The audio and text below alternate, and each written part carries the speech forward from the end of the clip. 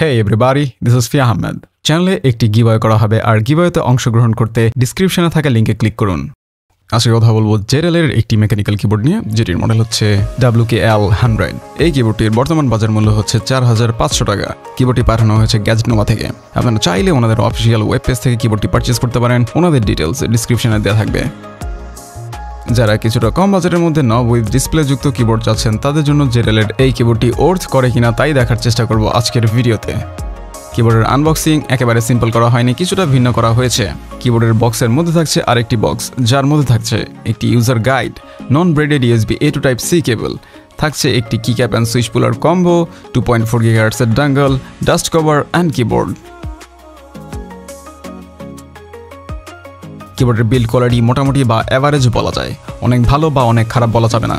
Bend করার চেষ্টা করলে স্বাভাবিকের তুলনায় কিছুটা বেশি বেন্ড হয়, যদিও এটা ইস্যু না। কিবোর্ডের ডিজাইন অনেকটা AK820 Pro'র মতো, চাইলে আই বাটনে ক্লিক করে AK820 Pro'র ভিডিও দেখে নিতে পারেন। কিবোর্ডের সামনের নিচের দিকে JBL এর লোগো দেওয়া হয়েছে। তাছাড়া কিবোর্ডের টপ লেফটে দেওয়া হয়েছে ডিসপ্লে অ্যান্ড নব। কিবোর্ডের বেসে 4টি রাবার পেড দেওয়া হয়েছে অ্যান্ড হাইট অ্যাডজাস্টের জন্য ডুয়াল স্টেজের অ্যাডজাস্টেবল ফিট দেওয়া হয়েছে। আর প্রতিটি ফিটের রাবার পেড তো থাকছেই, তবে ফিটগুলো কিছুটা পাতলা, অনেকটা মঙ্কা 3087 এর মতো। আর এই কিবোর্ডটির ভিডিও আই বাটনে ক্লিক করলে পেয়ে যাবেন। অ্যান্ড বেসের মধ্যে ডঙ্গল স্টোর করার জন্য জায়গা দেওয়া হয়েছে, যা ম্যাগনেটিক। কিবোর্ডটি ডিসঅ্যাসেম্বল করতে আমার 2 মিনিট 13 সেকেন্ড সময় লেগেছে। কিবোর্ডের বডি ইউজুয়াল কিবোর্ডগুলোর থেকে কিছুটা পাতলা, যার জন্য মূলত এই কিবোর্ডটির ওয়েট কিছুটা কম।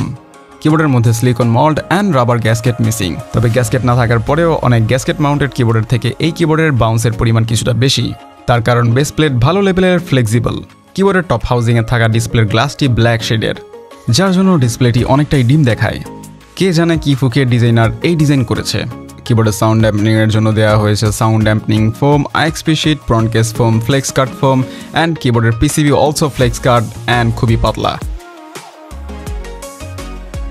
কিবোর্ডটিতে ট্রাইমোড কানেক্টিভিটি দেওয়া হয়েছে, bluetooth connectivity, 2.4 GHz connectivity and USB connectivity. USB কানেকশনের জন্য Type-C পোর্টটি দেওয়া হয়েছে কিবোর্ডের ওপরের ডান দিকে। তার কিছুটা পাশেই রয়েছে mode switch and Windows to ম্যাকে শিফট করার সুইচ। কিবোর্ডে 4100 mAh এর একটি ব্যাটারি দেওয়া হয়েছে, যা ইউজুয়াল কিবোর্ডের থেকে কিছুটা বেশি, যা 8GB ফুল টাইম অ্যাক্টিভ রেখে ব্যবহার করলে ব্যাকআপ পাওয়া যাবে 7 to 8 আওয়ারের মতো, অ্যান্ড 8GB অফ রেখে ব্যবহার করলে ব্যাকআপ পাওয়া যাবে 125 আওয়ার্সের মতো।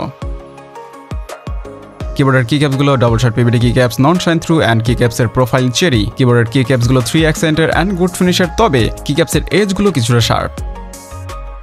কিবোর্ডটিতে দেওয়া হয়েছে ফ্লিকি ইয়েলো সুইচ, যা প্রিলুপ, তবে কিছুটা স্ক্র্যাচি সাউন্ড রয়েছে। সুইচগুলোতে কিক্যাপস খুব একটা টাইটলি ফিট হয় না। বাই দ্য ওয়ে, সুইচগুলো linear. Total travel 3.5 mm, pre travel 1.5 mm, operation force 42 gram and bottom force 55 gram. সুইচগুলো 3 পিনের, তবে PCB 5 pin hot swappable, so easily switch swap করার অপশন তো থাকছেই। আর থাকছে 1 বছরের ওয়ারেন্টি, যদিও সব কিবোর্ডেই থাকে, যার জন্য মেনশন করা হয় না। কিবোর্ডের স্ট্যাপগুলো ফ্যাক্টরি লুব অ্যান্ড হট সোয়াপেবল। স্ট্যাপগুলোর মধ্যে র্যাটলিং সাউন্ডের প্রেজেন্স না থাকলেও স্ক্র্যাচি সাউন্ডের প্রেজেন্স রয়েছে, তার কারণ স্ট্যাপে ইউজ করা লুব অয়েলি অ্যান্ড থিন। কিবোর্ডের নবটি মেটাল অ্যান্ড প্লাস্টিকের কম্বিনেশনে তৈরি, নবের মধ্যে কিছুটা ওয়াবল রয়েছে। ইউজুয়ালি সফটওয়্যারের মধ্যে বাগ দেখা যায়, তবে এই কিবোর্ডের যেহেতু সফটওয়্যার নেই, সো মেকাররা চিন্তাভাবনা করে কিবোর্ডের মধ্যেই বাগ দিয়ে দিয়েছে। নব দ্বারা ভলিউম টু ডিসপ্লে কন্ট্রোল সুইচের অপশন খুঁজে পাইনি। ডিসপ্লের মধ্যে থাকা ভলিউম কন্ট্রোল অপশনে গিয়ে ভলিউম কন্ট্রোল করতে গেলে পিসি শাটডাউন হয়ে যায়, যা খুবই অদ্ভুত। ইভেন এই ব্যাপারটা FN+F10 প্রেস করলেও ঘটে, সো কষ্ট করে পিসির পাওয়ার সুইচ প্রেস করার প্রয়োজন পড়বে না, কিবোর্ড থেকে শাটডাউন করা যাবে। আর এই ব্যাপারটা কি জাস্ট আমার ইউনিটের মধ্যেই এমন, নাকি সবগুলো ইউনিটের মধ্যেই এমন, তা বলতে পারছি না। কিবোর্ডের যেহেতু সফটওয়্যার বা ড্রাইভার নেই, সো ডিসপ্লের টাইম ডেট গিফট চেঞ্জ করা যাবে না। কিবোর্ডের এলইডিগুলো নর্থ ফেসিং এর, যা দেখে কোশ্চেন চলে আসে 2025-এ ওয়াই। অ্যান্ড এই কিবোর্ডে 18টি লাইটিং প্রিসেট রয়েছে, যা চাইলে কিবোর্ড থেকে পরিবর্তন করা যাবে, আর কিভাবে পরিবর্তন করা লাগবে তা স্ক্রিনে দেওয়া থাকবে।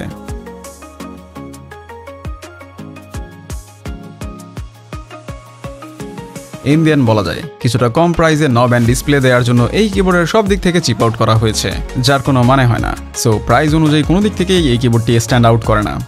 সো নব অ্যান্ড ডিসপ্লে যুক্ত কিবোর্ড যদি অ্যাবসোলিউট নেসেসারি হয়ে থাকে, তাহলে বাজেট কিছুটা বাড়ালে মার্কেটে বেটার অপশন অলরেডি রয়েছে। অ্যান্ড এনজয় করুন কিবোর্ডটির সাউন্ড টেস্ট। আর আজ এই পর্যন্তই, কথা হবে অন্য কোনো দিন অন্য কোনো ভিডিওতে। সে পর্যন্ত বিদায়, আল্লাহ হাফেজ।